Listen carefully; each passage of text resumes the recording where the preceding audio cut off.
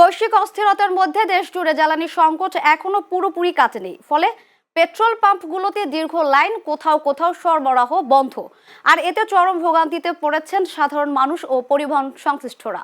ফলে সকাল থেকে রাজধানীর বিভিন্ন এলাকায় পেট্রোল পাম্পে ভিড় লক্ষ্য করা গেছে। মোটরসাইকেল, প্রাইভেট কার, বাস ও পণ্যবাহী যানবাহনের দীর্ঘ সারি।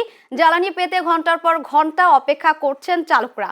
অনেক পাম্পে জ্বালানি সংকট এতটাই তীব্র যে স্টক শেষ হয়ে যাওয়ায় সাময়িকভাবে বিক্রি বন্ধ রাখতে বাধ্য হচ্ছেন মালিকরা। এতে এক পাম্প থেকে আরেক পাম্পে ঘুরে বেড়াতে হচ্ছে গ্রাহকদের। দেশের অন্যান্য জেলাগুলোতেও দেখা গেছে একই চিত্র। এজন্য যে 500 টাকার তেল ভরতে বলে আমার হয়তো যাইয়া এসে পুরোপুরি হয়ে যেত, কিন্তু আমি পেলাম 350 টাকা, 3 লিটার। আমি 15 দিনের গাড়ি নামাই না, কারণ আমি তো চাকরি করি, একটা বেসরকারি চাকরি করি, যে লাইন দাঁড়াই আমরা সিস্টেম থাকি না। বাইরে কিনতে গেলে আমার লাগে 20 টাকা 30 টাকা বেশি দেওয়া লাগে। এখান থেকে আমি পটুয়াখালী যাবো, কিন্তু অথচ আমার তেল দিতে 200 টাকা, সেটা তো হয় না। বলতেছে তেল মজুদ আছে, তবে এখানে ফার্মে তো তেল দিচ্ছে না। মেইন সমস্যাটা হচ্ছে মনে করেন চাষাবাদের উপর একটা বিশাল প্রভাব পড়তেছে।